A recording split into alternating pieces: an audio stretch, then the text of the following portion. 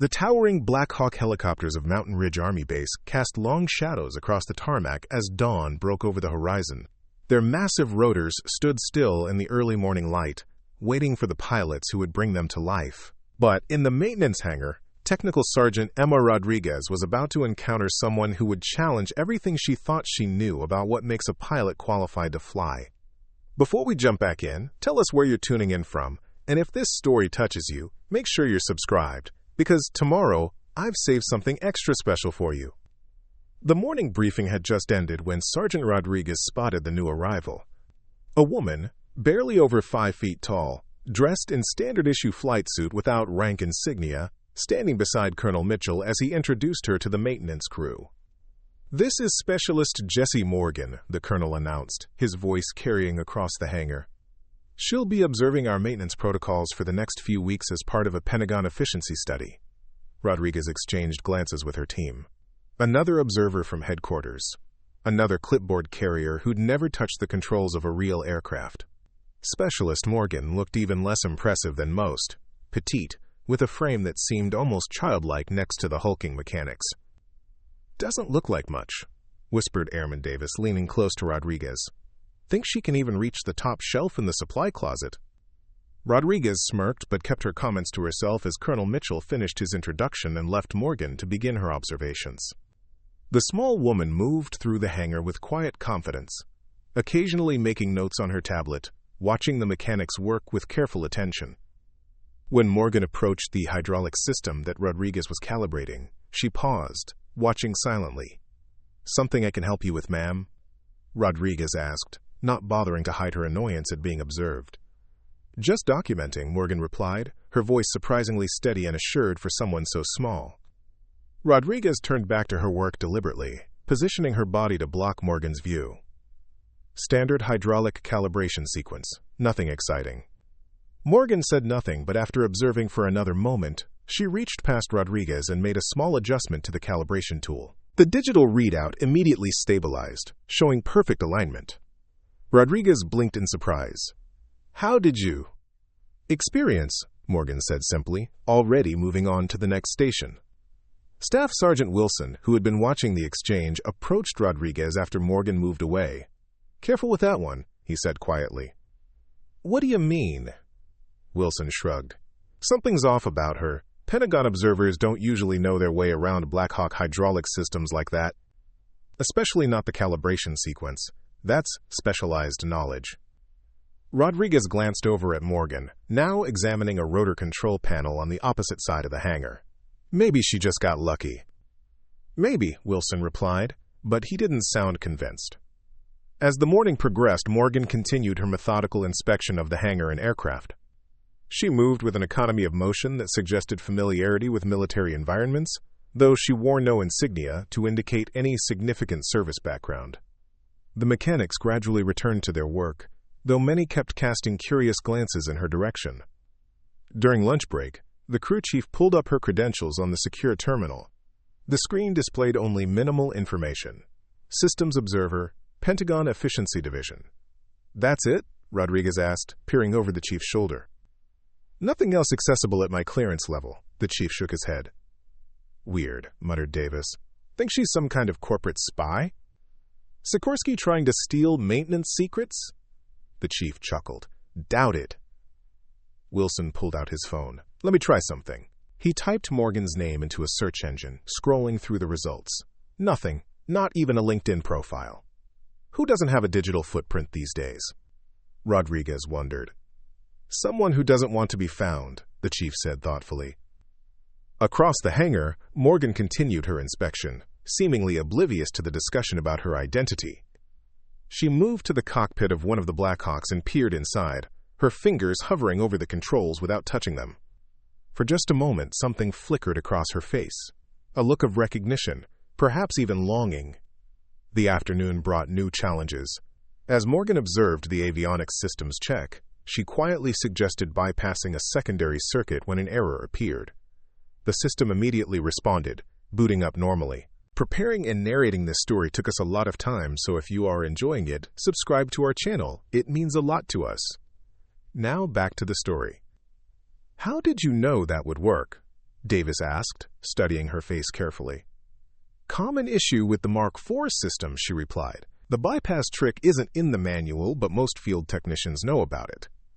But you're not a field technician, Davis said suspiciously. Morgan held his gaze for a moment. No, she said simply, then moved away to continue her inspection. Later, when an emergency drill was announced, the crew scrambled to their assigned positions. To everyone's surprise, Morgan moved without hesitation to exactly the right position for the drill scenario, her movements automatic and practiced. Chief Engineer Martinez noticed this and watched her with growing curiosity. Something about her seemed familiar.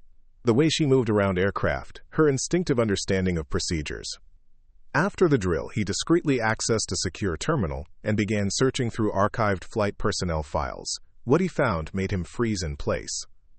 On the screen was an image from 8 years earlier, a younger Jessie Morgan in full flight gear standing before a Blackhawk. The file was stamped, rejected, physical requirements with a note, Candidate Morgan Jessica, failed height requirement, 5 feet 2 versus required 5 feet 4 inches. Exceptional scores in all other testing categories. Recommendation for reconsideration denied by board.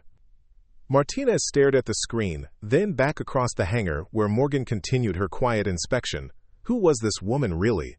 And why was she back at Mountain Ridge pretending to be a Pentagon observer? As the afternoon wore on, tensions in the hangar subtly increased. Word had spread among the senior staff that something wasn't adding up about their visitor. The younger mechanics picked up on the change in atmosphere, their jokes and casual banter gradually falling silent as they focused on their work. Morgan seemed to sense the shift as well. Her movements became more guarded, her note-taking more deliberate. She kept her distance from the groups of whispering personnel, focusing entirely on her inspection tasks. The day was ending, but everyone could feel it. Something was building.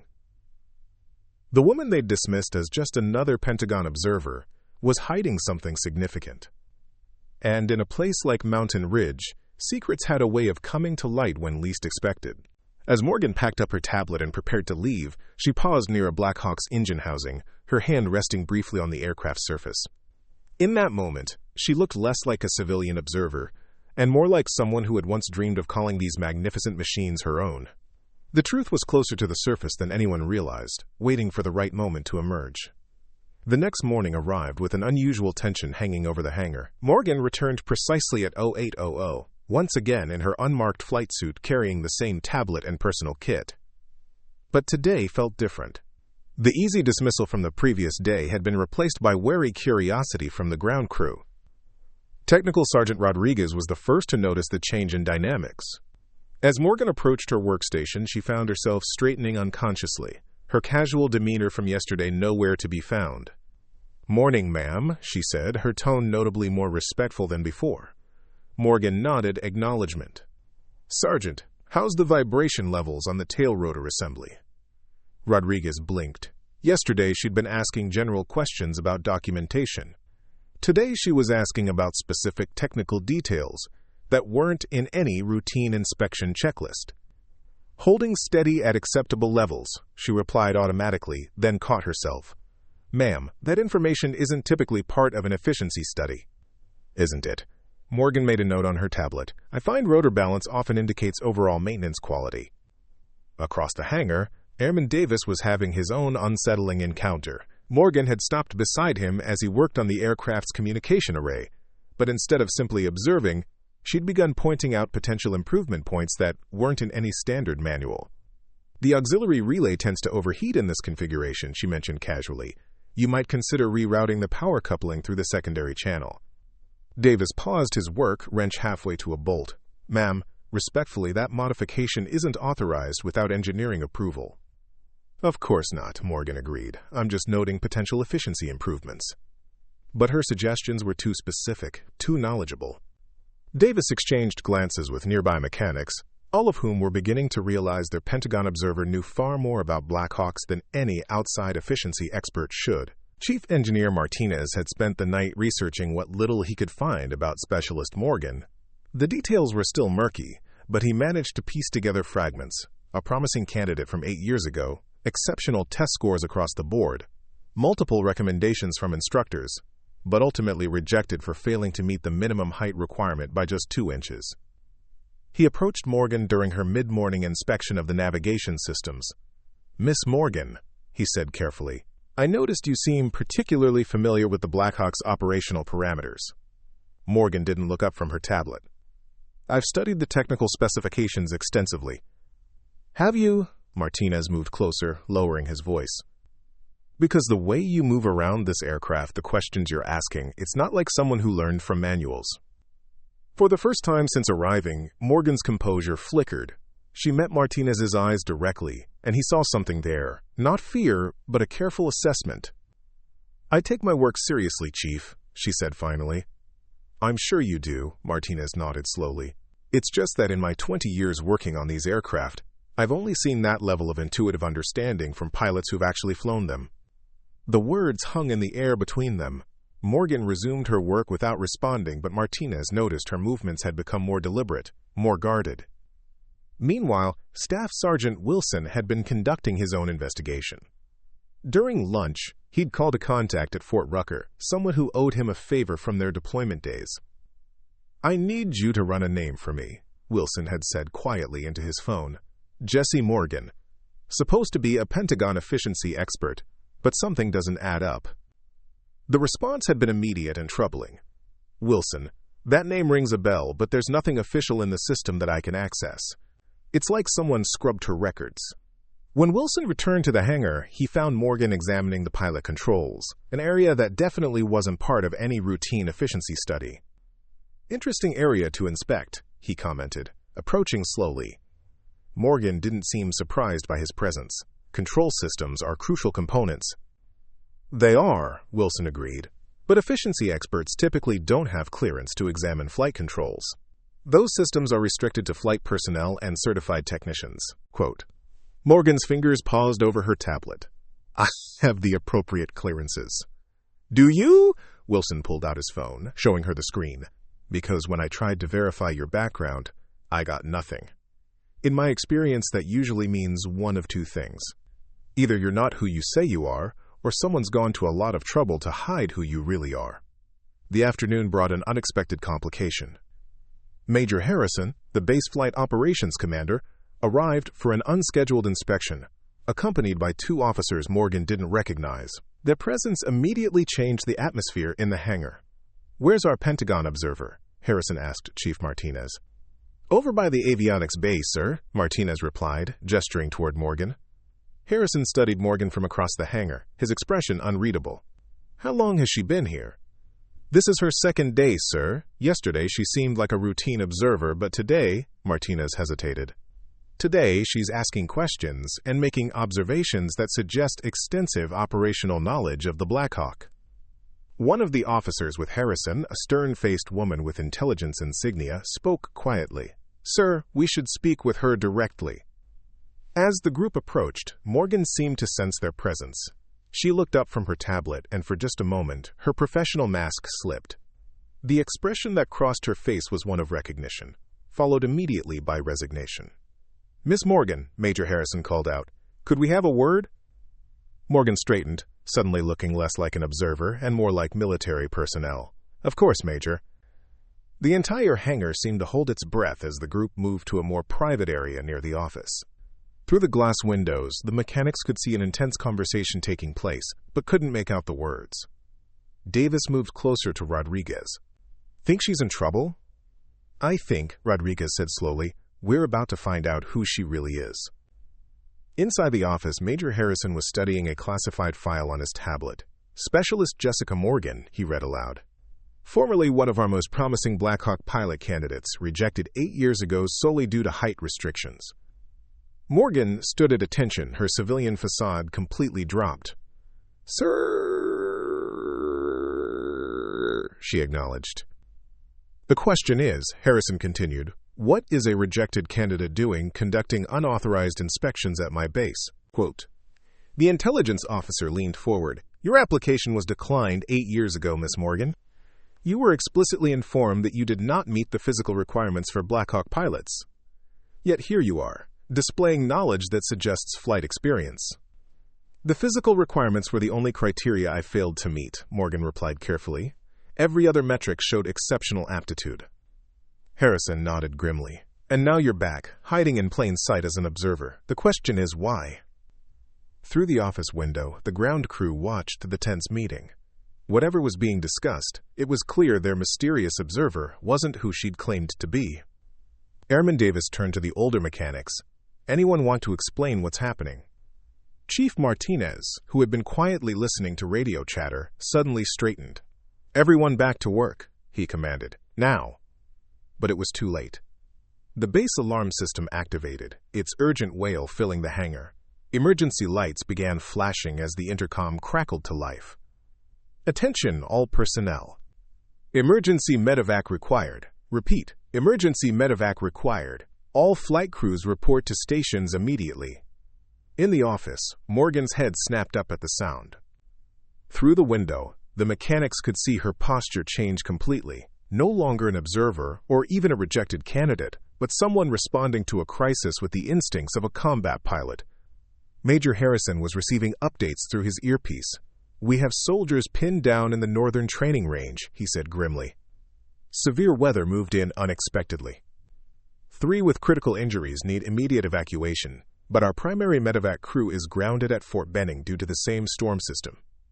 Morgan stepped forward. Sir, request permission to... You're not qualified, Specialist, the intelligence officer interrupted. You're not even supposed to be here. Morgan's jaw tightened. Those soldiers don't care about my qualifications, ma'am. They care about getting to a hospital before they bleed out. Outside, the ground crew was mobilizing for an emergency launch, but they could see the heated discussion continuing in the office. Their mysterious observer, who was apparently a pilot candidate, was clearly volunteering for something dangerous. Staff Sergeant Wilson turned to his team. I don't know who she really is, he said quietly, but I'm starting to think we're about to find out why she's been studying these aircraft so carefully. The emergency was escalating, and everyone could sense that the carefully maintained fiction of Jessie Morgan's identity was about to be shattered completely. The heated discussion in the office continued as emergency protocols activated throughout the base. Through the glass, the mechanics could see Morgan's posture becoming increasingly tense as Major Harrison spoke rapidly into his earpiece. The intelligence officer kept shaking her head, clearly opposing whatever Morgan was proposing. Outside, the situation was deteriorating rapidly. Technical Sergeant Rodriguez was monitoring radio communications when the desperate voice of the field medic crackled through. Any station. This is Medic Actual. We have 3 soldiers with critical injuries. Patient 1 has severe chest trauma with possible pneumothorax. Patient 2 has femoral bleeding we're struggling to control. Patient 3 has head trauma with decreasing consciousness. If we don't get these men to a trauma center in the next hour, we're going to lose them. The words sent a chill through the hangar. 3 American soldiers were facing death, and the primary medevac crew was grounded 200 miles away due to the sudden storm system. Staff Sergeant Wilson approached the office door, hoping to catch some of the conversation inside. What he heard made his blood run cold. I don't care what the regulations say, Morgan's voice carried through the glass. Those soldiers are going to die if someone doesn't act.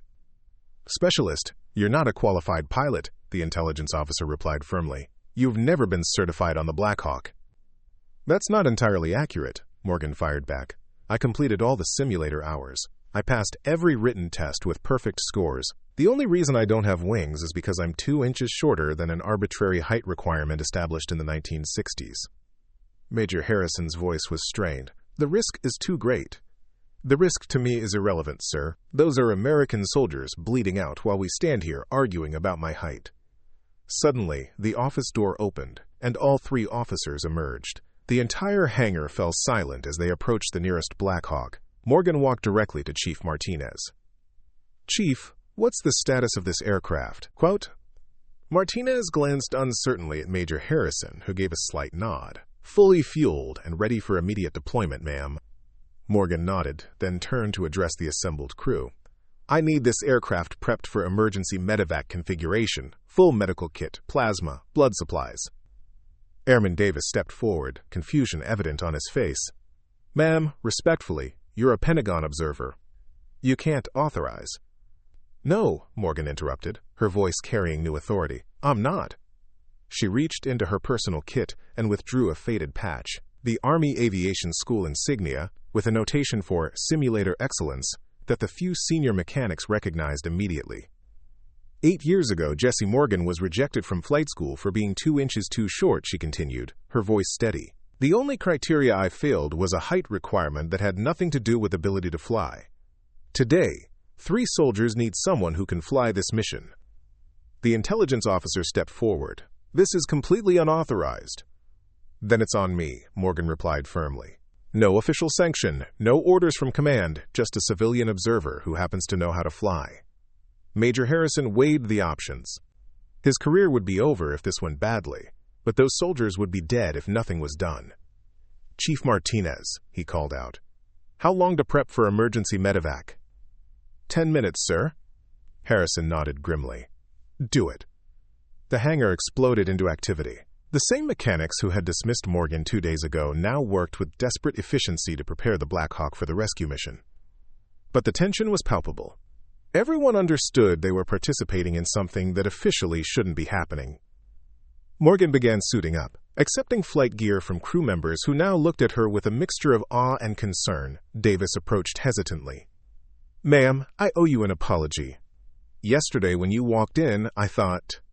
You thought exactly what you were supposed to think, Morgan replied, adjusting her flight helmet. That was the point. But who are you really? Morgan paused in her preparations. Someone who never stopped believing I could fly these birds, regardless of what some outdated regulations said about my height. As final systems checks were completed, Chief Engineer Martinez pulled Major Harrison aside. Sir, I've been thinking about this. If Specialist Morgan was rejected 8 years ago, what's she been doing since then? Harrison's expression was grim. According to what little I can access, she's been working in various support roles at flight operations centers. Always close to the aircraft, always learning, always waiting for a chance. She's been preparing, Martinez realized, making sure she was ready when an opportunity came. That's my guess. The radio crackled with another desperate transmission from the field medic. Any station, any station. This is medic actual. Patient 2 is deteriorating rapidly. Blood pressure dropping. If medevac isn't coming, we need to know now. Morgan finished her final equipment check and turned to face the assembled crew.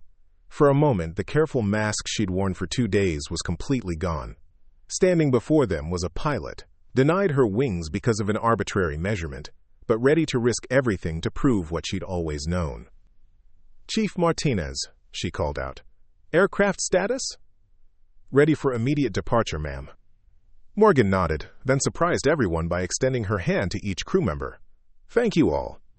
Davis shook her hand, still struggling with the transformation he'd witnessed. Ma'am, what happened 8 years ago when they rejected you? Morgan's expression darkened. They told me that rules were rules, and that my height made me unsafe to fly, despite perfect scores in every test. They said I should find another career path. But you didn't. Some dreams don't die just because someone says no, she replied simply. She climbed into the pilot's seat, adjusting it forward to compensate for her shorter stature. The co-pilot's seat remained empty. There was no time to find a qualified second pilot. If I don't make it back, she called down to the crew, make sure those soldiers know someone tried. You'll make it back, Staff Sergeant Wilson called out. That's what real pilots do, regardless of their height. Morgan offered a slight smile. We'll see. The canopy closed with a hydraulic hiss. Inside the cockpit, Morgan began the startup sequence with practiced precision. The massive rotors spooled up, their rhythmic thump filling the hangar. Tower, this is Rescue 1, Morgan's voice came through the radio, requesting immediate departure clearance. Rescue 1, you are cleared for emergency takeoff. Winds northwest at 15 knots. Godspeed. Quote, as the Blackhawk lifted into the darkening sky, banking sharply toward the northern training range, Major Harrison turned to his intelligence officer. This conversation never happened, this mission never occurred, is that understood? Sir, if this goes wrong, 3 families don't lose their sons tonight. That's what matters. The distinctive silhouette of the Blackhawk disappeared into the storm clouds, heading toward a dangerous mountain rescue that would require exceptional piloting skills even from veterans with thousands of flight hours. In the hangar, the crew stood in respectful silence, knowing they had just witnessed something extraordinary. Martinez spoke quietly to the group. Whatever happens next, remember this: Specialist Morgan was here conducting a routine observation. That's the story. Davis nodded slowly, finally understanding. She's been preparing for this moment all along, hasn't she? Learning everything about these aircraft, waiting for a chance to prove herself. That's my guess, Wilson replied. Sometimes the people who want something the most are the ones who find a way, no matter what obstacles are put in their path. Radio communications would be minimal during the mission, but everyone in Hangar 4 would be listening. Somewhere in the gathering storm, their mysterious observer was about to prove exactly who she really was. The waiting began. The command center at Mountain Ridge had been transformed into a nerve center of controlled tension. Multiple screens displayed weather data, topographical maps, and communication channels, all focused on a mission that officially shouldn't be happening. Major Harrison stood behind the communications officer, his jaw tight as he monitored Rescue 1's progress. "Current position?" he asked quietly. "Rescue 1 is maintaining contact as planned, sir. Last GPS showed her approaching the northern range, approximately 15 minutes from target." In Hangar 4, the ground crew had gathered around a radio, listening to the sporadic updates. The situation at the accident site was deteriorating rapidly. Their last transmission had been particularly desperate. Any station, patient 2 has gone into shock. We've used all available plasma. If medevac doesn't arrive in the next 30 minutes, we're going to lose him." Chief Martinez adjusted the radio frequency, hoping to catch any word from Morgan. "Blackhawk pilots usually maintain minimal communications during severe weather," he explained to the younger mechanics. "Too much distraction from flight controls." Airman Davis, who had spent the day grappling with his complete misjudgment of Morgan, spoke up. "Chief, what really happened when she was rejected? Why would height matter so much if she aced everything else?" Martinez glanced around at the assembled crew, then made a decision. "What I'm about to tell you stays in this hangar. Understood?" Everyone nodded. 8 years ago, the Army was strict about physical requirements for pilots. The height minimum wasn't about reaching the controls, it was about the old ejection seats in fixed-wing aircraft that could cause spinal compression in shorter pilots. But Blackhawks don't have ejection seats. The requirement was outdated, but no one wanted to challenge tradition. "She could have appealed," Technical Sergeant Rodriguez suggested. "She did," Martinez's voice dropped, 3 times. Each appeal included documentation from flight instructors testifying to her exceptional abilities. Each time, the board rejected her without even testing her in an actual aircraft. "So what did she do?" Davis leaned forward. "Instead of giving up, she took a different path. Got herself assigned to maintenance operations, flight planning, simulator training, anywhere she could learn more about Blackhawks. Apparently, she spent 8 years becoming the most knowledgeable non-pilot in the Army aviation community." Staff Sergeant Wilson nodded grimly. "And waiting for her moment." The radio crackled with static. Then Morgan's voice came through, calm and professional, despite the audible roar of wind in the background. "Command, this is Rescue 1, approaching target location, visibility poor, winds gusting to 40 knots, preparing for descent." The response was immediate and tense. "Rescue 1, this is Medic Actual. We've marked the LZ with emergency strobes, but there's a cliff face 50 meters to your west. Approach from the east only." "Roger, Medic Actual. I have visual on your strobes. Beginning approach." In the command center, Major Harrison gripped the back of a chair. This was the moment of truth. A mountain rescue in severe weather conditions would challenge even the most experienced pilots. For someone who had never officially flown a Blackhawk outside of simulations, it was potentially suicidal. Meanwhile, 20 miles away, Morgan was threading the helicopter through a narrow mountain pass as rain lashed against the windscreen. The wind shear was treacherous, causing the aircraft to buck and drop unexpectedly. The terrain following radar was screaming warnings, but she trusted her instincts more than the computer. The landing zone appeared ahead through the rain-streaked windshield, a small clearing on a ridge, barely large enough for the Blackhawk's rotor diameter, illuminated by the desperate strobes of the ground team. She could see 3 medics huddled over prone figures, their ponchos whipping in the violent wind. "Medic Actual, I have visual. LZ is tight. I'll need to hover for extraction." "Roger, Rescue 1, we'll bring patients to you. Be advised, all 3 are stretcher cases. We'll need assistance." Morgan completed her approach. fighting the crosswinds that threatened to slam the helicopter into the nearby cliff face.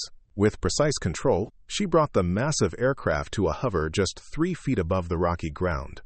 With no co-pilot, she'd have to maintain this precarious position while somehow assisting with patient loading.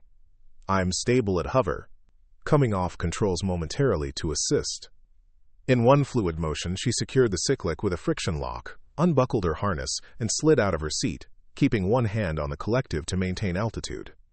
She moved to the side door, sliding it open against the howling wind. The scene outside was organized chaos. Medics were rushing the first stretcher toward the helicopter, the wounded soldier's face ashen beneath an oxygen mask. Morgan reached out, helping to guide the stretcher into the aircraft while simultaneously monitoring the helicopter's drift. "One secured," she called, diving back to the cockpit to adjust the controls as a wind gust threatened to push them toward the cliff. Returning to the door, she helped with the second patient, a young soldier with a blood-soaked field dressing on his thigh. "Two secured," she called, once again returning to the cockpit to correct their position. The final patient was the most critical, head trauma with a cervical collar. As the medics approached the helicopter, disaster struck. A violent microburst of wind hit the aircraft broadside, pushing it dangerously close to the cliff edge. Warning alarms screamed in the cockpit. Morgan lunged for the controls, fighting to stabilize the aircraft while the rotor blades came perilously close to striking the rocky outcropping. The medics below froze, unable to approach the wildly shifting helicopter. Dropping 10 feet to avoid rotor strike, Morgan called through the radio, deliberately descending into a small depression that provided minimal protection from the crosswinds. It was a textbook solution to a deadly problem, executed with the precision of someone who had spent thousands of hours studying exactly this scenario. With the aircraft momentarily stabilized, the medics rushed forward with the final patient. Morgan helped secure him, then immediately returned to the cockpit. All patients secured, 2 medics aboard, 1 remaining with ground team, departing now. With extraordinary control, Morgan lifted the heavily laden helicopter from its precarious position, skillfully threading between the cliff walls as she gained altitude. The Blackhawk, now carrying 3 critical patients, 2 medics, and a pilot who officially shouldn't exist, banked hard toward the nearest trauma center. "Command, this is Rescue 1. Extraction complete. 3 patients aboard. ETA to Ridgemont Trauma Center. 18 minutes. In the command center, the tension broke as cheers erupted. Major Harrison closed his eyes briefly in relief. "Acknowledge Rescue 1. Well done. Weather report shows clear conditions at Ridgemont." "Roger, Command. Tell them we're coming in hot." As Morgan piloted the helicopter through the last of the storm system, one of the medics made his way to the cockpit. His eyes widened in surprise when he saw the small figure at the controls. "Who are you?" he shouted over the engine noise. "Where's the regular crew?" "Just a stand-in," Morgan replied, not taking her eyes off the flight path. "How are they doing?" The medic's face was grim. "Patient 2 is critical. We're transfusing, but he's lost a lot of blood. We need to be on the ground 5 minutes ago." Morgan nodded, then pushed the collective forward, increasing their speed beyond recommended parameters. The airframe shuddered with the strain, but held together as they raced toward the hospital. "Ridgemont Tower, this is Army Rescue 1, declaring medical emergency. 3 critical patients. Request immediate landing clearance at hospital helipad. Rescue 1, you are cleared for priority landing, wind calm, visibility unlimited. Emergency teams are standing by." Quote, 17 minutes after leaving the mountain, Morgan brought the Blackhawk to a perfect landing on the hospital helipad. Medical teams rushed forward as the rotors were still spooling down, whisking the injured soldiers into waiting trauma bays. The lead trauma surgeon approached the helicopter as Morgan was completing shutdown procedures. "That was some flying," he said. "Bringing them in through that storm system probably saved at least 2 lives today." Morgan nodded but said nothing as she completed the aircraft securing checklist. The mission wasn't over. She still had to get the Blackhawk back to base and face whatever consequences awaited her there. As the medical teams disappeared into the hospital with their patients, Morgan prepared for the return flight. The storm had cleared, making the journey back considerably less challenging, but her mind was racing with the implications of what she'd done. Unauthorized flight, violated regulations, potentially ending her military career, but 3 soldiers were alive who might otherwise have died. The return to Mountain Ridge was conducted in radio silence. As the base came into view, Morgan could see vehicles assembled near the landing area, military police, base security, and what appeared to be a delegation from headquarters. Word had clearly spread about the unauthorized mission. She brought the Blackhawk to a textbook landing, powering down with the same precise checklist she'd followed in her head during 8 years of simulations and observation. As the rotors stopped, she removed her helmet and prepared to face the consequences of her actions. Colonel Patricia Winters, the base commander, was waiting when Morgan stepped out of the aircraft. Her expression was unreadable as Morgan approached and stood at attention. "Specialist Morgan," Colonel Winters said, her voice carrying across the now silent tarmac. "You took an aircraft without authorization, conducted a mission without certification, and violated at least 15 different regulations." "Yes, ma'am," Morgan replied, her voice steady. "Follow me," Winters ordered, turning toward headquarters. The walk to the administrative building was conducted in tense silence. Behind them, ground crews were already examining the Blackhawk, marveling at its condition after such a challenging mission. In Colonel Winters' office, 3 senior officers were waiting, including General Robert Hayes, commander of the Army Aviation Branch. Morgan stood at attention, prepared for the inevitable court-martial. "At ease, Specialist," General Hayes said, studying her with calculating eyes. "I understand you've had quite a day." "Sir, I accept full responsibility for my actions." Hayes nodded slowly. "Tell me something, Morgan. How many hours have you logged in Blackhawk simulators over the past 8 years? The question caught her off guard. 3,422 hours, sir. "And how many maintenance procedures have you observed or assisted with?" "I couldn't give you an exact number, sir. Several thousand." Hayes exchanged glances with Colonel Winters.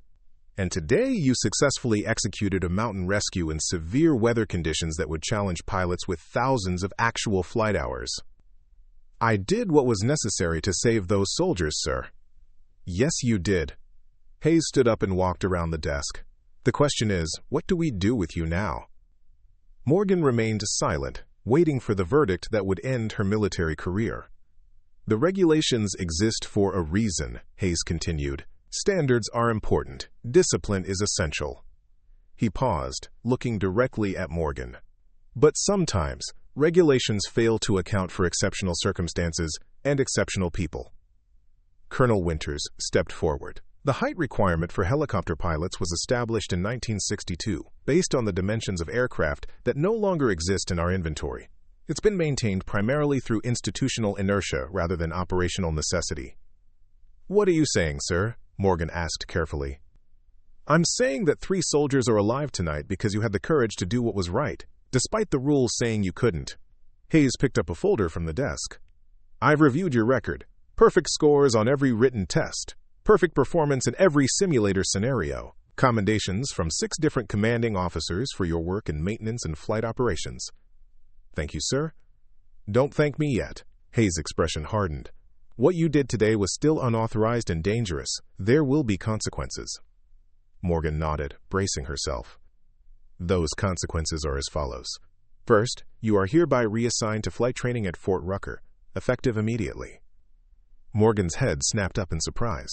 "Second, you will complete an accelerated certification program, including all required flight hours under the supervision of senior instructors." "Sir, the height requirement is being revised," Colonel Winters interjected. "As of this morning, the Army Aviation Branch is implementing a new performance-based standard that focuses on ability to safely operate aircraft rather than arbitrary physical measurements." "And third," Hayes continued, "upon successful completion of certification, you will be assigned as a medevac pilot with the 58th Medical Battalion. Those 3 soldiers you saved today have requested you specifically if you receive your wings." Morgan stood speechless, unable to process the sudden reversal of fortune. "Don't think this means we approve of how you went about this," Hayes warned. "Under normal circumstances, your actions would have resulted in dishonorable discharge. But these weren't normal circumstances, and you've demonstrated aptitude that can't be ignored." "What you've also demonstrated," Colonel Winters added, "is that sometimes the system needs to be challenged. 8 years ago, you were rejected for a reason that had nothing to do with your ability to fly. Today, you proved that decision wrong. Your flight instructor will meet you tomorrow morning at 0600. Hayes said, handing her the folder. "Inside is your new assignment and a temporary waiver for the height requirement until the revised standards are implemented." "Thank you, sir," Morgan managed, still stunned by the turn of events.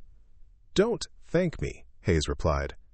"Thank the soldiers you saved and the ground crew that believed in you enough to prepare that aircraft.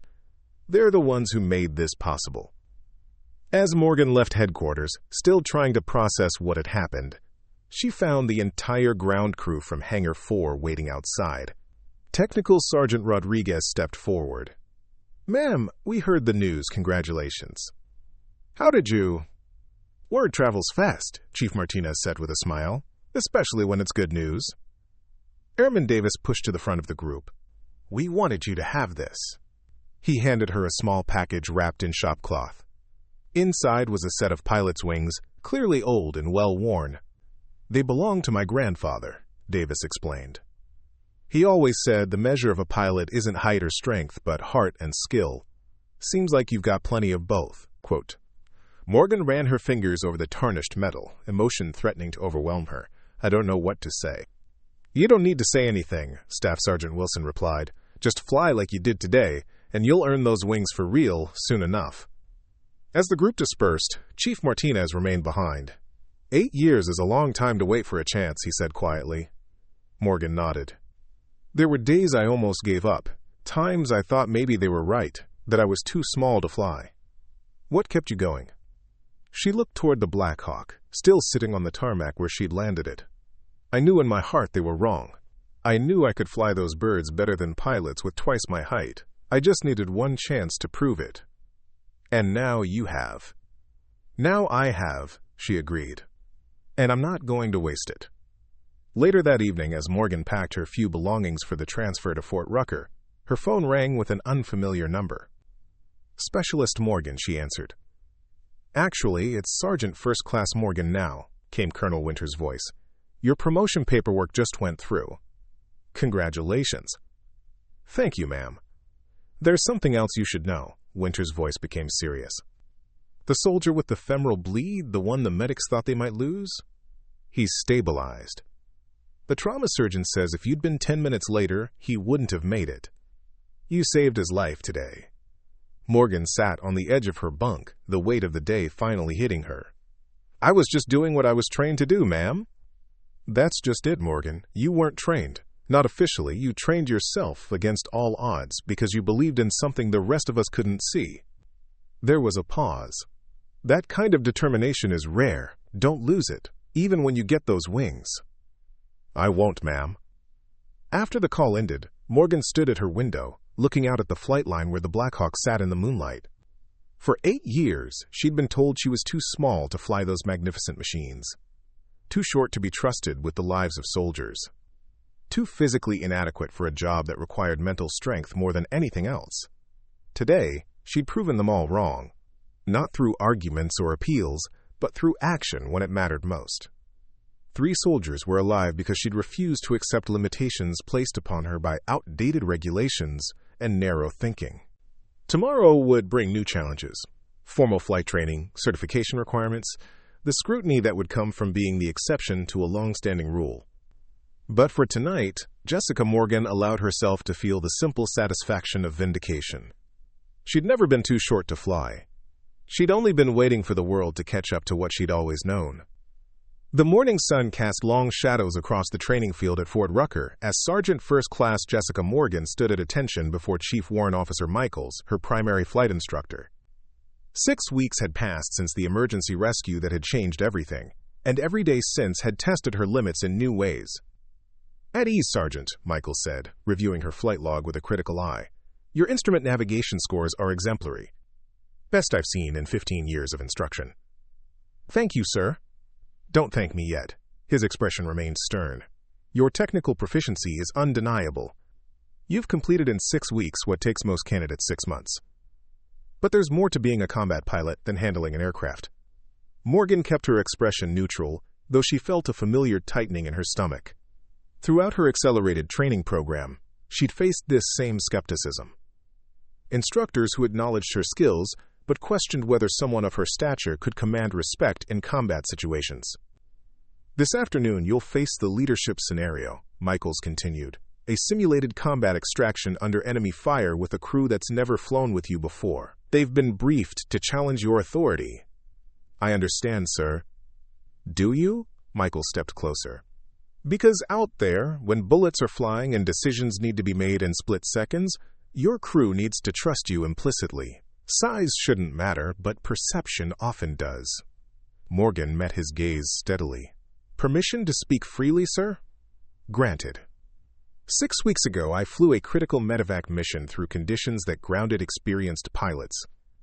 I did it without a co-pilot, without proper authorization, and with 3 lives hanging in the balance. I've spent 8 years learning every system, every procedure, every emergency protocol for the Blackhawk. I don't need respect handed to me because of my height or rank. I'll earn it through competence.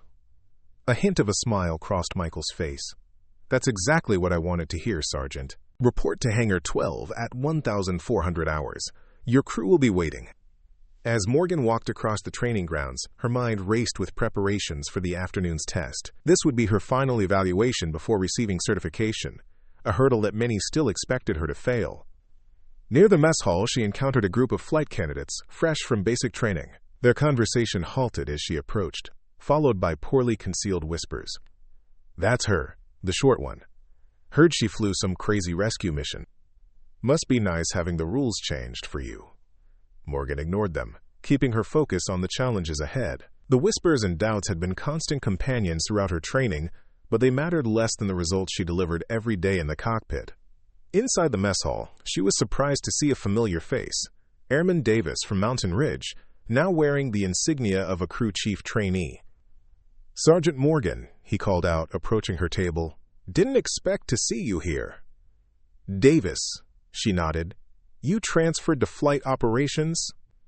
Yes, ma'am. After watching what you did with that Blackhawk, I decided maintenance wasn't enough anymore. Wanted to be part of the flight crew? He hesitated. Actually, I requested Fort Ruckers specifically, hoping I'd run into you again. Word of your rescue mission has spread. Not all of it good, I imagine, Morgan replied, noticing the sideways glances from others in the mess hall. Davis lowered his voice. Some of the old guard aren't happy about the height requirement changes. They're saying it lowers standards. Standards should measure what matters, Morgan said evenly. Like whether you can fly the aircraft, not whether you need a booster seat to see over the control panel. Davis grinned. That's what I told my training officer when he made a comment about it.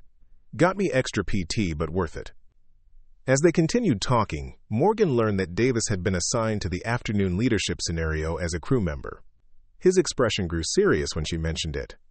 Ma'am, you should know, they've stacked the deck against you. The crew they've assembled is, well, problematic.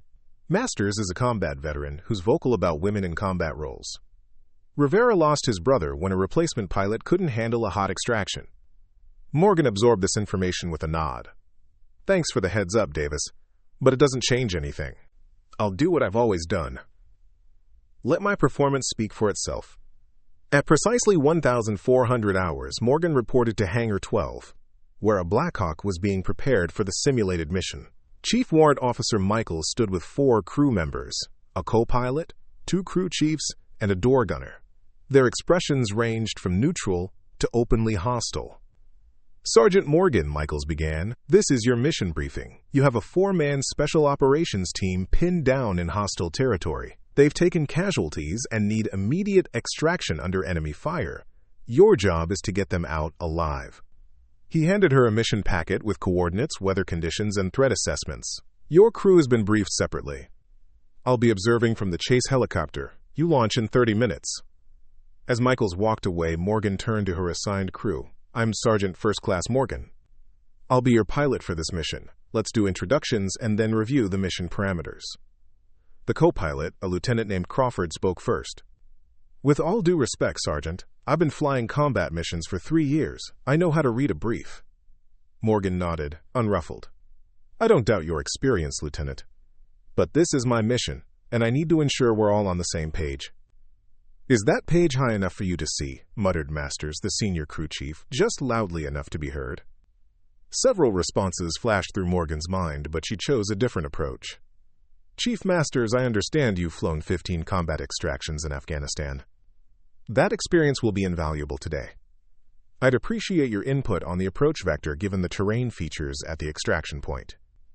The unexpected acknowledgement of his expertise caught Masters off guard. He hesitated, then reluctantly stepped forward to examine the maps Morgan had laid out. Given the ridgeline to the north, you'd want to come in low from the southeast, he said, pointing to the topographical map. Gives you better cover from potential RPG positions in these buildings. Exactly what I was thinking, Morgan agreed. Lieutenant Crawford, I'd like you to handle communications while I focus on flight controls during the approach. You've got more combat communications experience than I do. Quote. For the next 20 minutes, Morgan methodically worked through the mission parameters, deliberately drawing on each crew member's expertise while maintaining clear command presence. She didn't try to pretend she had combat experience she lacked, but demonstrated mastery of the aircraft, terrain considerations, and tactical procedures. By the time they boarded the Blackhawk, the overt hostility had subsided, replaced by professional focus. Morgan ran through pre-flight checks with precision, adjusting her seat and controls to accommodate her height without comment or apology. This is Extraction Team 1, ready for departure, she radioed to the control tower. Extraction 1, you are cleared for takeoff. Training parameters are now active. Good luck. As the Blackhawk lifted off, Morgan could see the chase helicopter with Michaels aboard following at a distance. The real test was about to begin. The simulated mission took them to a remote training area designed to replicate a hostile urban environment. As they approached the target coordinates, the radio crackled, with the desperate voice of an actor playing the Special Operations Team leader. Extraction 1, this is Reaper Team. We have 2 wounded, 1 critical. Enemy forces approaching from the north and west. We need immediate dust-off at these coordinates. Roger, Reaper Team, Morgan responded. ETA 3 minutes. Mark your position with smoke when you hear our approach. She turned to her crew. Masters, Rivera, prepare for rapid extraction under fire. Crawford, coordinate with ground team and keep eyes on potential threat positions in those buildings to our right. The terrain below them transformed from open fields to a mock urban environment with buildings, vehicles, and pop-up targets representing enemy forces. As they approached the extraction point, simulated gunfire erupted from several positions, represented by laser targeting systems that registered hits on the helicopter's sensors. Taking fire from the northwest building's 2nd floor, Crawford called out. Adjusting approach, Morgan responded, banking the helicopter sharply to present a smaller target profile while maintaining course toward the extraction point. In the distance, a smoke grenade billowed orange smoke from a small clearing between buildings, the extraction point. It was dangerously small, with obstacles on 3 sides and exposed to simulated enemy positions. That LZ is too hot, Masters said sharply. We should call them to a secondary extraction point. Negative, Morgan replied, studying the terrain. They have a critical casualty who might not survive a move. We're going in. She brought the Blackhawk into a steep descent, using the buildings themselves as cover from the mock enemy positions. The maneuver was daring, requiring precise control to avoid the obstacles while maintaining enough power for a rapid extraction. Crawford, call out obstacles. Masters, Rivera, prepare for immediate loading as soon as we touch down. I want to be on the ground less than 40 seconds. The crew responded with focused efficiency, professional training overriding their earlier skepticism. As Morgan brought the helicopter to a hover just 3 feet above the clearing, the, quote, Special Operations Team rushed from cover, carrying 2 simulated casualties. Taking heavy fire from the east, Crawford warned as the helicopter's sensors registered multiple hits. Maintain position, Morgan ordered, holding the aircraft steady despite the buffeting wind created by the confined space between buildings. The simulated casualties were loaded with remarkable speed, a testament to both the ground team's training and her crew's professionalism. All personnel aboard, Masters confirmed. Lifting off, Morgan responded, applying power to the rotors. The Blackhawk began to rise, but a sudden alarm blared through the cockpit. A simulation of engine damage from enemy fire. We've lost 30% power on the main rotor, Crawford announced tensely, climbing rate compromised. The helicopter shuddered, struggling to gain altitude with the additional weight and simulated damage. The narrow space between buildings now presented a deadly challenge. Without sufficient climbing power, They risked striking the structures on either side. Morgan's response was immediate. Venting fuel from auxiliary tanks to reduce weight. Crawford, give me maximum available power to the main rotor. That's not standard procedure for this situation, Crawford objected. Standard procedure assumes standard conditions, Morgan countered. We need altitude now before we drift into that building. Her confidence left no room for argument. Crawford made the adjustments, and the helicopter responded with a slight increase in climbing rate, just enough to clear the nearest obstacle by mere feet. Adjusting course to avoid known enemy positions, Morgan announced, taking them on a winding path between buildings rather than rising to a vulnerable altitude. It was a technique rarely taught in standard training, but perfect for the situation they faced. As they cleared the mock urban area, Morgan maintained low altitude, using terrain features for cover until they were safely out of range of simulated enemy fire. Reaper team, status of your casualties, she asked over the intercom. One stable, one critical but holding, responded the actor playing the team medic. Your extraction saved their lives. If you'd been 2 minutes later or chosen a secondary LZ, we'd have lost the critical casualty. Morgan glanced at Masters, who gave a reluctant nod of acknowledgement.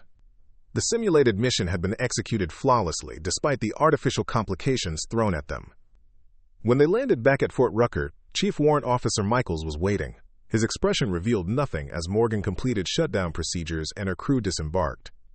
Debrief in 10 minutes, was all he said, before walking toward the hangar office. Inside, the crew gathered around a table as Michaels reviewed the mission data. Simulation parameters included 70% more hostile fire than standard testing protocols, a critically reduced LZ size, and random system failures during the most vulnerable phase of extraction, he read from his tablet. He looked up at the assembled team. Sergeant Morgan, explain your decision to proceed with the primary extraction point, despite Chief Master's recommendation for a secondary LZ. Morgan met his gaze steadily. The primary mission was to extract a critically wounded soldier whose condition wouldn't survive delay. The risk assessment indicated that while the primary LZ was more exposed, the reduced extraction time outweighed the increased danger. Additionally, I identified an approach vector using the buildings themselves as cover, minimizing our exposure during the most vulnerable moments. Michaels turned to Masters. Chief, your assessment of Sergeant Morgan's command decisions? Masters shifted uncomfortably, then straightened. Unorthodox but effective, sir. The approach vector wasn't by the book, but it gave us the best protection available. When we took simulated engine damage, her decision to vent auxiliary fuel was a calculated risk that paid off. It's not what I would have done, but it worked. Lieutenant Crawford, Michaels continued. The co-pilot nodded reluctantly. Sergeant Morgan maintained clear command presence throughout the mission. Her flight control during the extraction was exceptional, especially given the simulated damage and weight constraints. Michaels set down his tablet.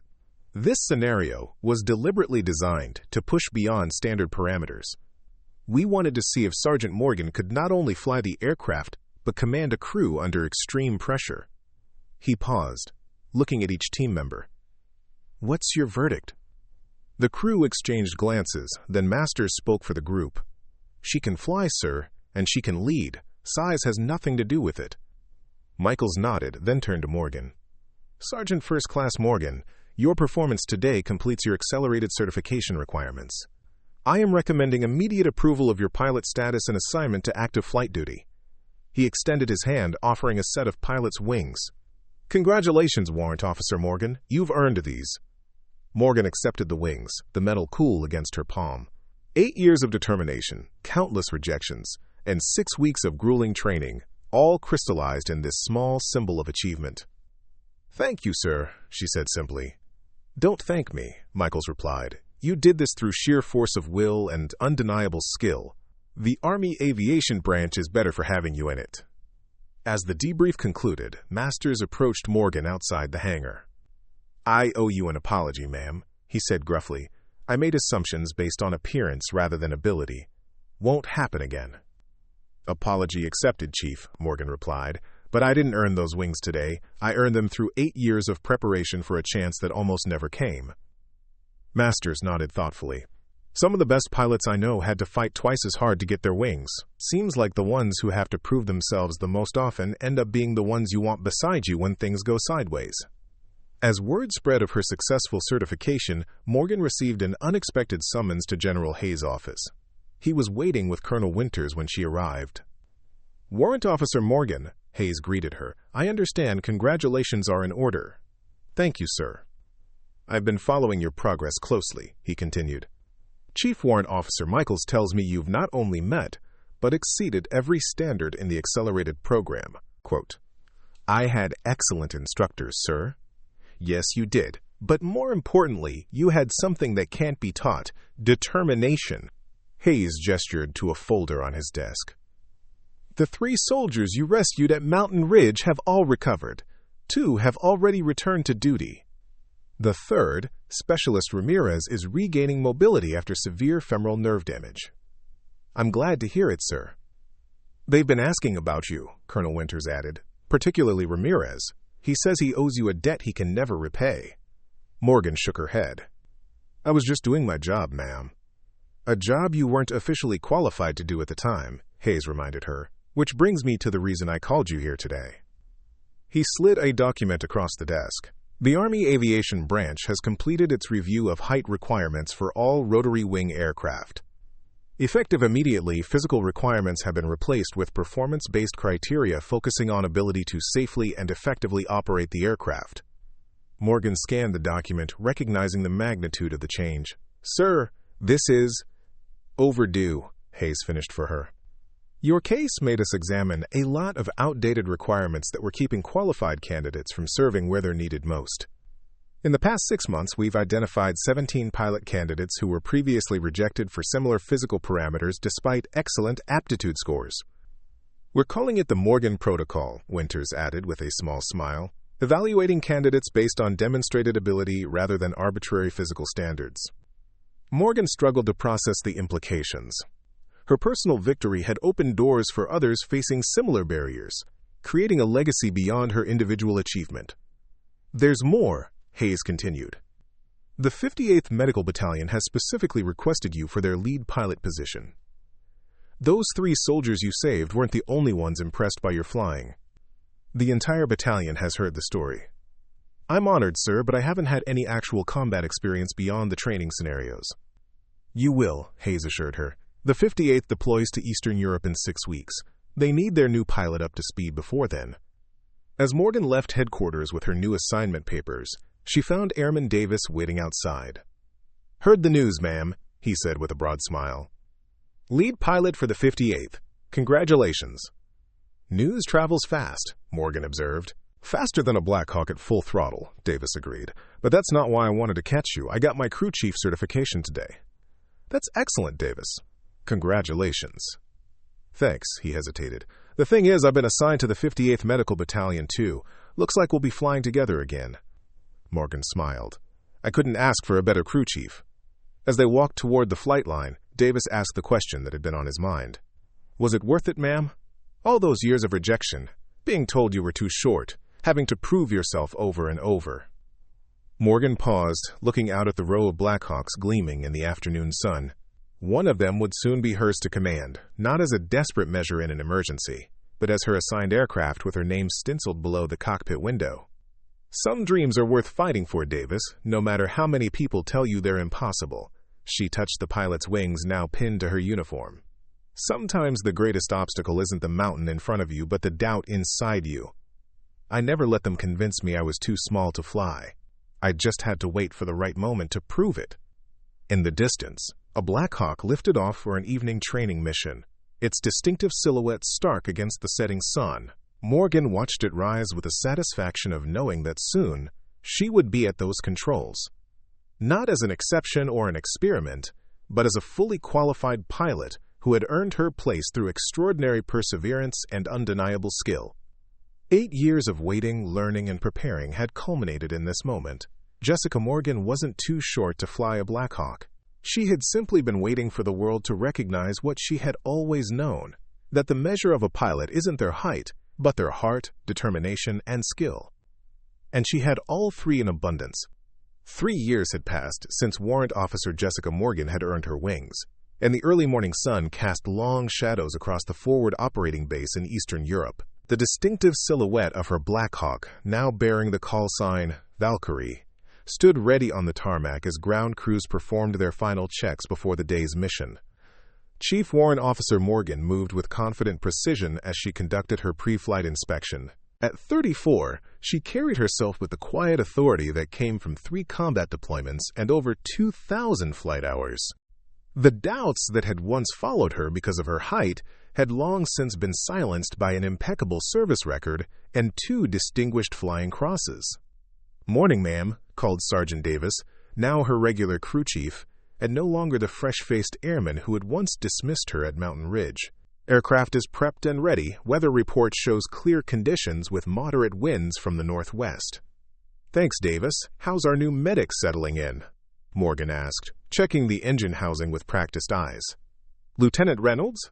Still a bit green, but she knows her stuff. First deployment jitters, but she'll be fine." Morgan nodded, remembering her own first deployment 3 years earlier.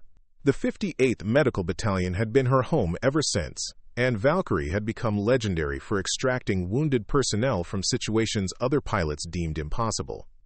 As she completed her inspection, Colonel Rivera approached from the command center. His expression was grim, signaling that today would not be routine. "Morgan, we've got a situation developing at Outpost Echo," he said without preamble. "Humanitarian convoy hit an IED, multiple civilian casualties, including children. Local medical facilities are overwhelmed, and we need immediate evacuation to our field hospital." Morgan absorbed this information with the calm focus that had become her trademark. "What's the catch, sir?" Rivera's jaw tightened. "Outpost Echo is 15 clicks beyond our established operational boundary, technically outside our jurisdiction, and barely within your fuel range for a round trip. Weather conditions at the site? Dusty, with limited visibility. The outpost is in a valley with steep approaches on 3 sides. LZ is tight and potentially compromised by debris from the explosion." Morgan considered this for precisely 3 seconds. "We can handle it, sir. Request immediate clearance for humanitarian mission to Outpost Echo." Rivera studied her face. "You understand this is a volunteer mission? Outside standard operational parameters?" "Like most of the important things in life, sir," Morgan replied with a slight smile.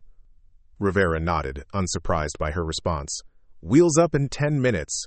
I'll handle the authorization. Your normal crew is being briefed now." Quote. As Rivera walked away, Morgan felt a familiar surge of focus. The impossible missions had become her specialty. The ones where conventional wisdom said the LZ was too small, the conditions too dangerous, the odds too long.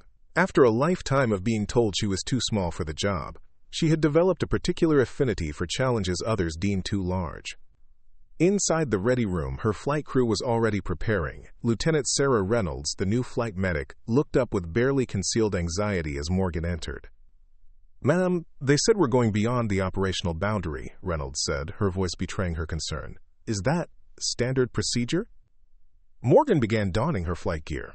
"There's nothing standard about saving lives, Lieutenant. But if you're asking if I've done this before, the answer is yes. 17 times on this deployment alone." Sergeant Miller, her co-pilot for the past 2 years, grinned. "The boss specializes in the impossible, Reynolds. You'll get used to it. Or you'll request a transfer," added Davis with a chuckle. "Happens to about 1 in 3 new crew members." Morgan checked her watch. "Briefing in 2 minutes. This one's delicate. Civilian casualties, children involved, and a challenging LZ. I need everyone at their best." The team gathered around the tactical display as Morgan laid out the mission parameters. Her briefing was concise yet thorough, addressing potential challenges and contingency plans with the efficiency that had earned her the respect of even the most skeptical commanders. "Questions?" she asked when she'd finished. Reynolds raised her hand hesitantly. "Ma'am, the dust conditions in that valley. Most flight manuals recommend against approach in those circumstances." "Flight manuals are written for standard situations, Lieutenant," Morgan replied without a hint of condescension. "Out here, we adapt. I'll get you to those patients. Your job is to be ready to treat them the moment we land." Reynolds nodded, reassured by Morgan's quiet confidence. 10 minutes later, Valkyrie lifted off, banking sharply toward Outpost Echo as the morning sun climbed higher in the sky. From the cockpit, Morgan could see the rugged terrain stretching out before them, the kind of landscape that had claimed numerous aircraft over the years when pilots misjudged approaches or encountered unexpected weather patterns. "Command, this is Valkyrie," We are en route to Outpost Echo. ETA 22 minutes, she reported over the secure channel. Roger, Valkyrie. Be advised, situation has escalated. We now have reports of 8 casualties, 3 critical, 4 children among them. Local forces are securing the perimeter, but the area is not fully stabilized. Morgan exchanged glances with Miller. Understood, Command. We're proceeding as planned. As they approached the operational boundary, Morgan could see the thin line of mountains that marked the limit of their normal flight range. Beyond lay territory that was technically under another command's jurisdiction, a bureaucratic distinction that meant little to the wounded civilians waiting for evacuation. Crossing operational boundary now, Miller noted for the flight log. Fuel reserves at 82% within safety margins for return trip. The landscape below them changed subtly as they flew deeper into the valley system. Narrow passages between steep ridges created unpredictable wind patterns that buffeted the Blackhawk. Morgan compensated automatically, her hands making minute adjustments to the controls with the precision that had become second nature. Approaching Outpost Echo, Miller announced as a small collection of buildings came into view ahead. Dust conditions are significant. Visibility approximately quarter mile and degrading. Morgan studied the situation through narrowed eyes. A plume of black smoke rose from the remains of what appeared to be a convoy vehicle. Several military and civilian personnel were gathered around prone figures on the ground, while others maintained a security perimeter. Outpost Echo, this is Army Medevac Valkyrie, she radioed. We are inbound for casualty evacuation. Request LZ status and wind conditions. Valkyrie, this is Echo Actual, came the immediate response. LZ is compromised by debris. Wind is gusting to 30 knots from the southwest, creating severe dust conditions. We have 3 critical patients requiring immediate transport, including 2 children with blast injuries. Morgan processed this information, already adjusting her approach plan. Roger, Echo Actual, preparing for landing. Mark the LZ with smoke when you hear our approach. She turned to her crew. Davis, Reynolds, prepare for rapid loading under dust conditions. Miller, will use approach pattern Delta, coming in low from the northwest to minimize dust cloud and provide maximum shielding from the ridge. Quote, That's an awfully tight approach, ma'am, Miller observed, studying the narrow gap between rocky outcroppings. It's the only approach that gives us a fighting chance against that dust, Morgan replied, already banking the Blackhawk toward the chosen vector. Trust me. As they descended toward the outpost, the full challenge became apparent. The dust cloud created by the gusting wind reduced visibility to mere feet at times, while the narrow approach corridor left minimal margin for error. Most pilots would have aborted, calling the conditions too dangerous for a safe landing. Jessica Morgan was not most pilots. With extraordinary focus, she guided the Blackhawk through the narrow gap, using the aircraft's downdraft to temporarily clear patches of visibility in the swirling dust. Her hands moved continuously, making subtle adjustments to compensate for the unpredictable wind gusts that threatened to slam them into the ridge walls. Valkyrie, this is Echo Actual. We can't see you through the dust. Are you still inbound? Affirmative, Echo Actual. Deploy smoke now. We are 1 minute from touchdown. Through the billowing dust, a bright orange smoke signal suddenly appeared, the LZ marker. Morgan fixed her eyes on it, using it as a reference point as she continued their descent. Davis, talk me down, she ordered, relying on her crew chief's eyes from the side door as her own visibility through the cockpit windows deteriorated. You're clear on the right, 20 feet to LZ, dust intensifying, Davis reported steadily. Debris at your 2 o'clock, advise slight left adjustment. 15 feet, 10 feet, 5 feet, touchdown zone clear. With exquisite control, Morgan brought the Blackhawk to a hover, just 3 feet above the ground. The rotor wash temporarily clearing enough dust for her to confirm the landing zone was viable, despite the scattered debris. Setting down, she announced, completing the landing with a gentleness that belied the difficult conditions. The moment the skids touched Earth, the medical team from the outpost rushed forward with the first casualties, a woman and child, both with visible blast injuries. Lieutenant Reynolds and her medical team met them at the door, quickly assessing and securing the patients as they were loaded. First 2 critical patients secured, Reynolds reported over the intercom. Echo Medic says they have 1 more critical and 2 walking wounded they'd like to evacuate if possible. Quote, Morgan did rapid mental calculations of weight, fuel, and distance. We can take them all. Davis, help coordinate the loading. Miller, monitor our power reserves. This dust is going to make the takeoff challenging. 4 minutes after landing, all patients were secured aboard, and Morgan prepared for what would be the most dangerous part of the mission, taking off in brownout conditions with a fully loaded aircraft. Echo Actual, Valkyrie is departing, all patients secured, initiating takeoff now. She applied power gradually, feeling the Blackhawk strain to lift its increased payload in the thin, dust-filled air. The aircraft shuddered slightly as it broke ground contact, immediately enveloped in a cloud of swirling dust that eliminated all visual reference points. This was the moment when pilots with thousands of hours of experience had made fatal errors, losing spatial orientation in the brownout and drifting into obstacles or the ground itself. Morgan relied entirely on her instruments and her extraordinary spatial awareness, keeping the Blackhawk in a stable climb despite having no visual horizon.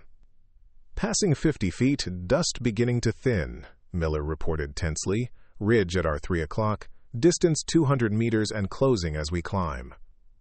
Morgan adjusted their ascent angle, threading the needle between the dust cloud below and the ridge to their right. Seconds stretched into an eternity as the Blackhawk clawed for altitude, the patient's lives and her crew's safety hanging on her ability to fly with precision, despite being effectively blind. Clear of the dust cloud, Miller finally announced. Ridge cleared by 100 meters. We're out, ma'am. A collective breath of relief swept through the crew as the Blackhawk broke into clear air, leaving the swirling brown hell below them. But Morgan's focus never wavered. They still had critically injured patients and a long flight back to base. Reynolds, patient status? She inquired over the intercom. 1 child in critical condition but stable for transport. 1 adult female with tension pneumothorax that I've managed to relieve. 1 adult male with significant blood loss but responding to fluids. 2 children with minor injuries, primarily in shock. Time to medical facility? Morgan asked Miller. 26 minutes at current speed and heading, ma'am. Morgan nodded, then made a decision.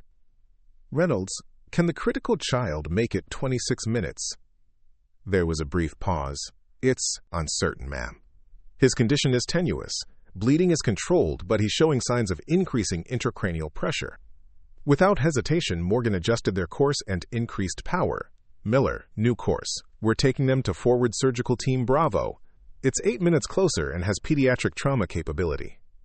That's another 10 miles beyond our fuel safety margin, Miller noted with professional concern. Then we'll fly more efficiently, Morgan replied simply.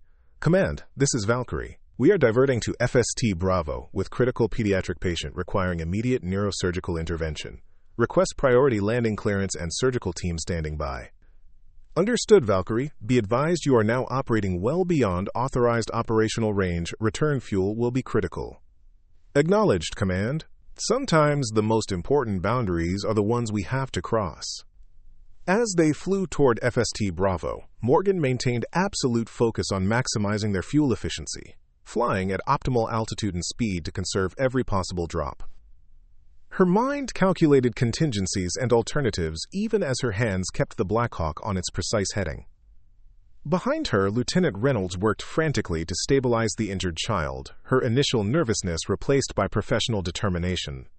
Davis assisted, handing supplies and helping monitor the other patients.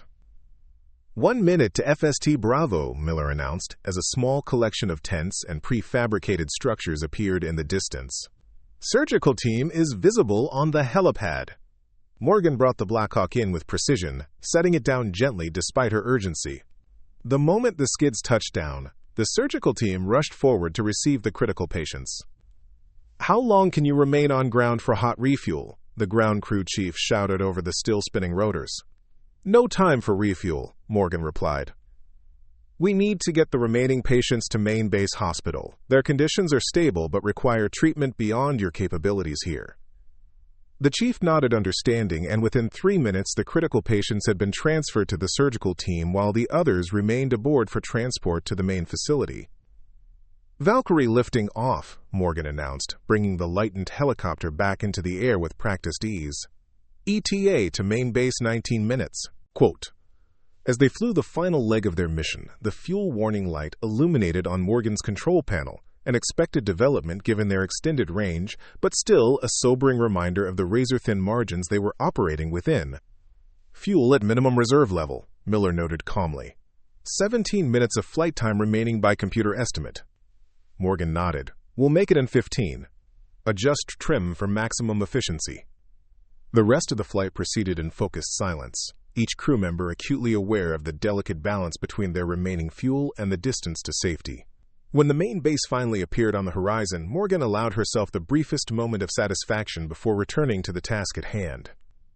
Command, this is Valkyrie on final approach. Request priority landing and immediate medical response for 3 stable patients. Also request fuel truck standing by. We are running on fumes. Roger, Valkyrie, you are cleared for direct approach to medical. Emergency response team standing by. Morgan brought the Blackhawk in with the same precise control that had characterized the entire mission, setting it down on the medical helipad as gently as if they had all the fuel in the world, rather than mere minutes worth remaining. As the medical teams rushed forward to receive the patients, Colonel Rivera approached, his expression a mixture of relief and admiration. Cutting it close on fuel, Morgan, he observed as she completed shutdown procedures. Had enough to get home, sir. That's all that matters.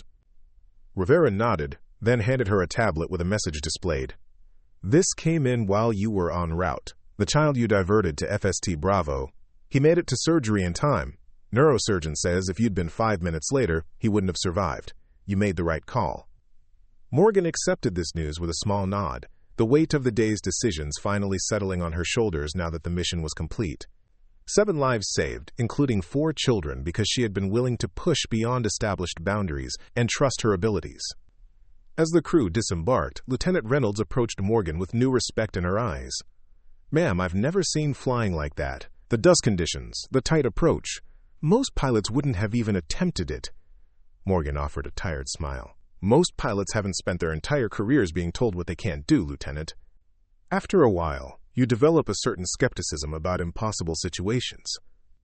Later that evening, after debriefing and filing her reports, Morgan sat alone in the officer's lounge, finally allowing the adrenaline of the day to subside. The door opened, and Chief Warrant Officer Michaels, her old flight instructor, now serving as the battalion's senior training officer, entered. Heard about your mission today, he said, taking a seat across from her. Crossing operational boundaries, navigating brownout conditions, making that call to divert to FST Bravo, that was some exceptional decision-making. Just doing my job, sir, Morgan replied simply. Michaels shook his head. We both know it was more than that. 3 years ago, when you came through my accelerated program, I pushed you harder than any candidate I'd ever trained. You know why? Morgan looked up, curious. I assumed it was because you wanted to be sure I could handle the aircraft despite my height. It was because I saw something in you that I've only seen a handful of times in my career, a natural pilot with the potential for greatness. The kind who doesn't just follow procedures but rewrites them when necessary. The kind who sees boundaries as guidelines rather than absolute limits. He paused. Today proved I was right. Before Morgan could respond, Colonel Rivera entered with an unexpected visitor, General Hayes, now serving at Pentagon headquarters, but in the region for a review of operations. Warrant Officer Morgan, Hayes greeted her warmly. It seems every time I visit, you're at the center of some impossible mission that somehow ends with lives saved and boundaries rewritten. Morgan stood respectfully. Just fortunate timing, sir. Hayes smiled at the characteristic modesty. I've been following your career with interest. 3 distinguished flying crosses, 17 commendations, and a reputation among the medical teams as the pilot who always gets through, no matter the conditions. He gestured for her to sit. Do you know why I'm here? I assumed it was to review the operational boundary violation from today's mission, sir. Partially, Hayes acknowledged. But more importantly, I wanted to see for myself how the Morgan protocol has been working out. Morgan raised an eyebrow. Sir? The performance-based qualification standards that replaced the outdated height requirements, Hayes explained. In the 3 years since implementation, we've commissioned 43 pilots who wouldn't have qualified under the old standards. Their collective service record includes over 200 combat rescues and 14 Valor decorations.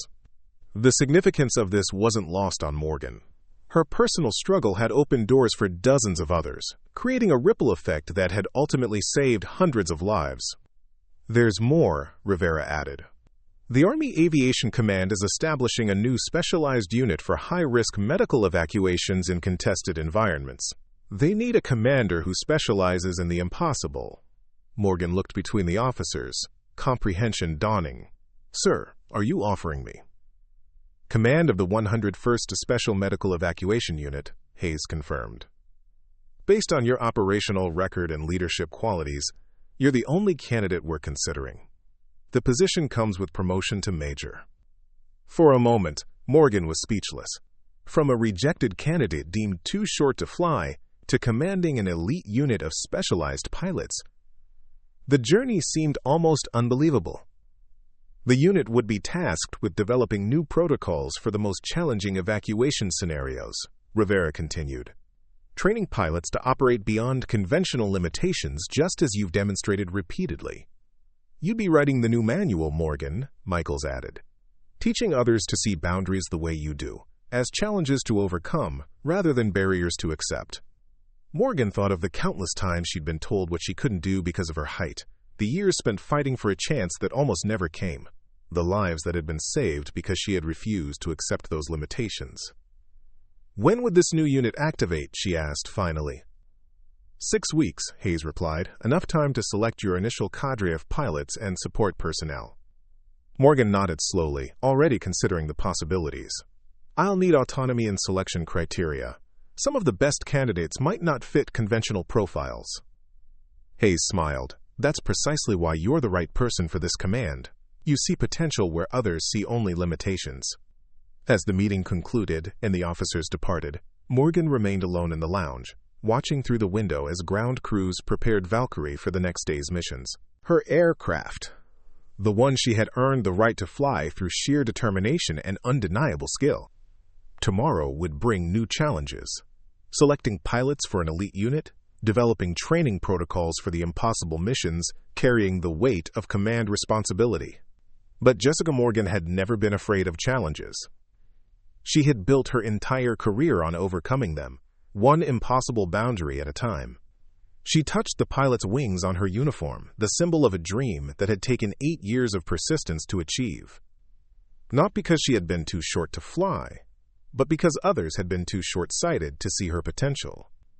The story that had begun with rejection had transformed into one of triumph, not just for herself but for every pilot who would follow the path she had fought to open.